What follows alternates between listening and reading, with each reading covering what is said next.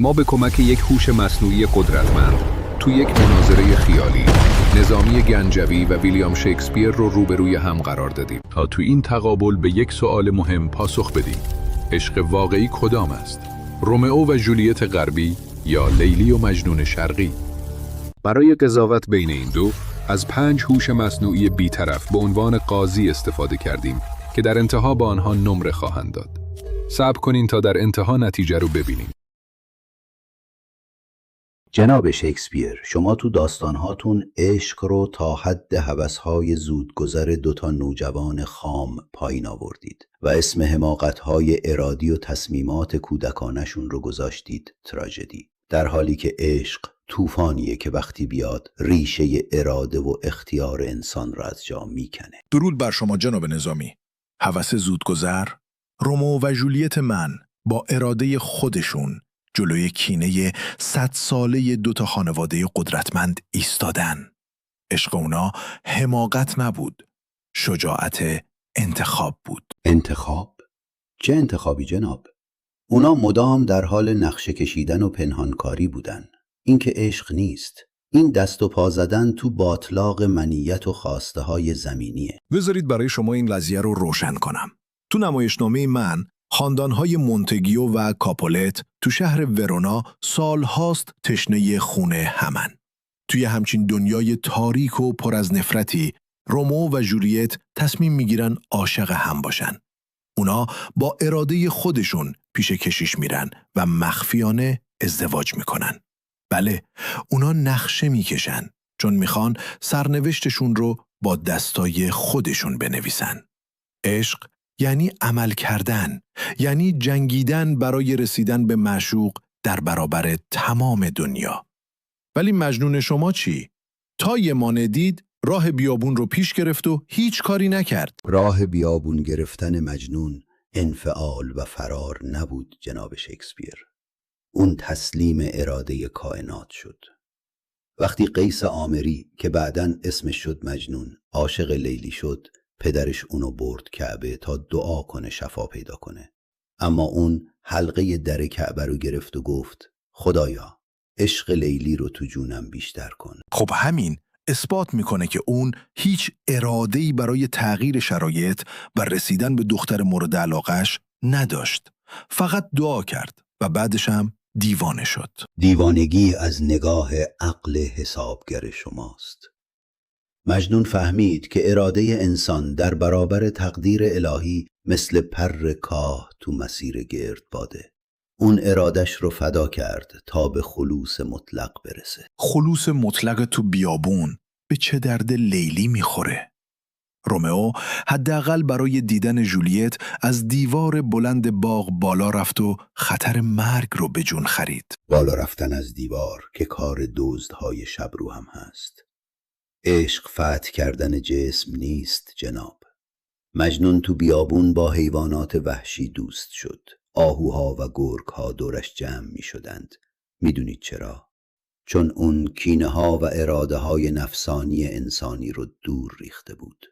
یه روز یکی تو بیابون بهش گفت: بلند شو، لیلی اومده دیدنت. می دونید مجنون چی جواب داد؟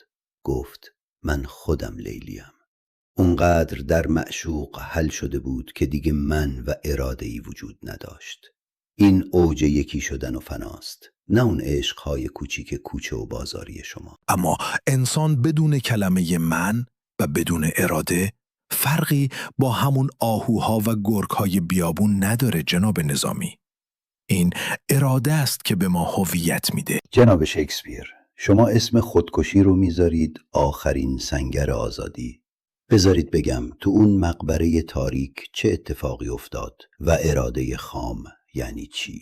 رومئو از راه میرسه، فکر میکنه جولیت مرده و با عجله و بدون اینکه حتی لحظه‌ای صبر کنه یا نشانه ها رو درست ببینه زهر رو سر میکشه. این آزادی نیست، این اوج کوری و بردگی احساسات لحظه‌ایه. اون حتی چند دقیقه صبر نکرد تا ببینه عشقش فقط توی خواب مصنوعیه و نمرده. اراده‌ای که شما اینقدر ازش دفاع میکنید همون خنجر و زهریه که تو دستای انسان بی صبر قرار میگیره و همه چیز رو نابود میکنه. عاشق واقعی تو مکتب ما صبوره، میسوزه، اما با دست خودش رشته حیات رو پاره نمیکنه. صبری که شما میگید یعنی تسلیم شدن به ظلم. بیایید درباره زنان داستانهایمان حرف بزنیم. جولیت من فقط 14 سالش بود که پدر قدرتمندش میخواست به زور اونو به عقد یه اشرافزاده در بیاره. جولیت مثل لیلی شما فقط یه گوشه ننشست تا گریه کنه و بگه تقدیر همینه. اون اراده کرد. یه داروی خطرناک رو نوشید تا خودش رو به مردن بزنه و توی یه مقبره پر از جسد بیدار بشه. فقط برای اینکه به عشق رومئو وفادار بمونه. تو داستانهای من زنان برای عشقشون می جنگن، نقشه می کشن و عصیان می کنن. اما زنهای داستان شما چی؟ لیلی به زور شوهر داده میشه و هیچ اختیاری از خودش نداره. شما لیلی رو به خاطر حفظ حرمتها سرزنش میکنید، اما فراموش کردید که من خالق شیرین هم هستم. شیرین قربانی و مظلوم نبود جناب. پس چرا مثل جولیت من برای رسیدن به عشقش تمام مرزهای خانواده رو نشکست؟ چون شیرین ارادش رو صرف حفظ شرافتش کرد، نه نابود کردنش. شیرین یه شاهزاده قدرتمند ارمنی بود. خسرو پرویز که شاهنشاه ایران بود بارها و بارها ازش خواست که تو خفا و بدون ازدواج رسمی باهاش باشه. اما شیرین با تمام عشقی که تو سینش می جوشید جلوی قدرتمند ترین مرد جهان ایستاد و گفت تا زمانی که من رو با احترام و به عنوان ملکه به عقد خودت در نیاری دستت به من نمیرسه. شیرین با ارادش خسرو رو تربیت کرد. غرور یه شاه رو شکست تا بهش یاد بده عشق هوسرانی پنهانی نیست. زنان داستان من نیازی به خوردن داروی خواب‌آور ندارن. اونا با وقارشون مردها رو بیدار میکنن. اما در نهایت لیلی شما تن به ازدواج با یه مرد دیگه ابن سلام داد. این اوج حقارته. لیلی ازدواج کرد، اما همون شب اول به شوهرش گفت اگه دستت به من بخوره با شمشیر میکشمت. او تو قلبش خودش رو فقط متعلق به مجنون میدونست و وفادار موند. این مقاومت خاموش سخت تر از هر عصیانیه. مقاومتی که به قیمت سوختن و زجر کشیدن تو کل عمر تموم بشه برای انسان چه جذابیتی داره؟ سوختن تو آتش عشق خودش بزرگترین پاداشه. همونطور که گفتم عاشق شده ای دلا بپوشان، می سوز و چو آتشی مجوشان. من ترجیح میدم آتشم رو شعله ور کنم تا تاریکی دنیای اطرافم رو بسوزونه، حتی اگه خودم تو این شعله خاکستر بشم. شعله ور کردن آتش شما فقط باعث خونریزی میشه. تو همون نمایشنامه رومئو و جولیت، رومئو توی درگیری خیابانی تیبالت رو با شمشیر میکشه. این کجاش عشقه؟ بذارید قضیه مرگ تیبالت رو برای مخاطبها باز کنم تا بدونن اراده تو شرایط سخت یعنی چی. رومئو اصلاً دلش نمیخواست بجنگه. اون تازه مخفیانه با جولیت ازدواج کرده بود و تیبالت رو فامیل خودش میدونست. اما وقتی تیبالت تو خیابون دوست صمیمی رومئو رو نامردانه به قتل رسوند، رومئو بین عشق به جولیت و انتقام خون بهترین دوستش گیر کرد. اراده انسان اینجا خودش رو نشون میده. اون تو یه لحظه تصمیم گرفت، شمشیر کشید و قاتل دوستش رو مجازات کرد. بله، انسان‌ها پیچیدن، خشم دارن، کینه دارن. عشق تو خلأ اتفاق نمیفته. عشق تو دل همین کثیفی‌ها و خونریزی‌های دنیای واقعیه که میشکفه. پس اعتراف میکنید که عشق ارادی شما حریف خشم و کینه زمینی نشد. اما عشق مجنون اونقدر عظیم بود که حتی کینه‌های جنگ رو هم پاک کرد. پاک کرد؟ مجنون فقط از جامعه فرار کرد. هیچ مشکلی رو حل نکرد و دست رو دست گذاشت. خیلی عمیق تر از این حرف هاست جناب شکسپیر. مجنون وسط میدان جنگ داشت برای پیروزی قبیله دشمن، یعنی قبیله لیلی، دعا می کرد. نوفل بیچاره که به خاطر مجنون داشت شمشیر میزد تعجب کرد و گفت: تو چرا داری طرف دشمن ما رو میگیری؟ مجنون جواب داد: شمشیر اونها داره از طرف لیلی میاد، پس ضربش برای من شیرینه. میبینید عشق اراده و تعصب پیروزی رو تو مجنون کشته بود.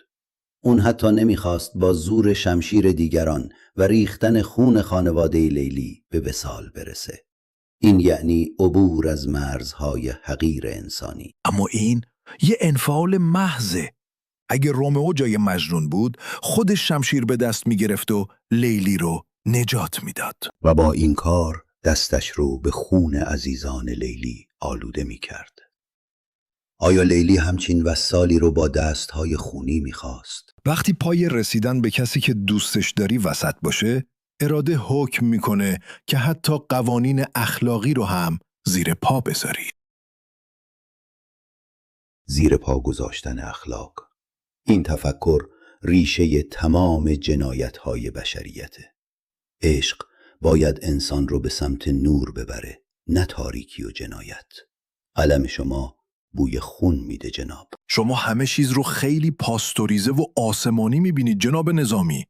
تو نمایشنامه‌های من مثل اوتلو یا مکبث نشون دادم که اراده انسان چطور میتونه عشق رو به هیولا تبدیل کنه. اوتلو فرمانده بزرگ و قدرتمند به خاطر عشق و حسادت کور کنندش به همسرش دزدمونا و دستای خودش اونو تو تخت خواب خفه میکنه. هنر من اینه که نشون میدم انسانها چطور با انتخابهاشون هم میتونن بهشت بسازن و هم جهنم.